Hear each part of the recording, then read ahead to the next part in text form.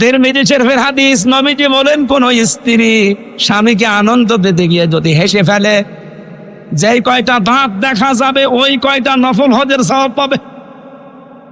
6টা দাঁতের কথা পর্যন্ত আছে। আমার মনে হয় বেশি ওয়াজ করলে দেখা যাবে বাড়ি যেয়ে দেখবেন যে দাঁতকে দিয়ে ভরি আছে। কি গো হুজুর ওয়াজ করছি, দাঁত দেখানো লাগবে। 2 নম্বরে, স্বামী যেটা পছন্দ করে ওটা যদি জায়েজ হয়, মাস্ট বি আপনাকে ওইটা পছন্দ করা লাগবে।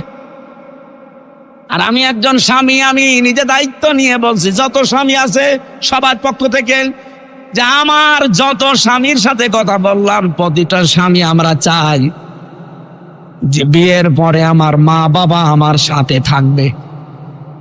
এই কথা বলেন না কেন? আমি খেয়ে থাকি না খেয়ে থাকি, আমার মা বাবার সাথে থাকবে, কিন্তু 100টার 98টা বউ এটা চাই না। এরকম ছোট মনের বউ আছে কার? হাত তোলেন তো।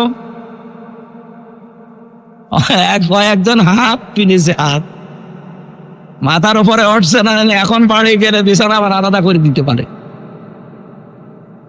না। আমরা আপনাদেরকে ভয় পাই, জানে আমিও হাত তুলতে পারলাম না, কারণ ম্যাডাম হয়তো দেখতে পারে, কিন্তু বাস্তবে এটা আমরা যেটা পছন্দ করি জায়েজ, ওটা জীবন চলে গেলেও আপনাকে পছন্দ করা লাগবে।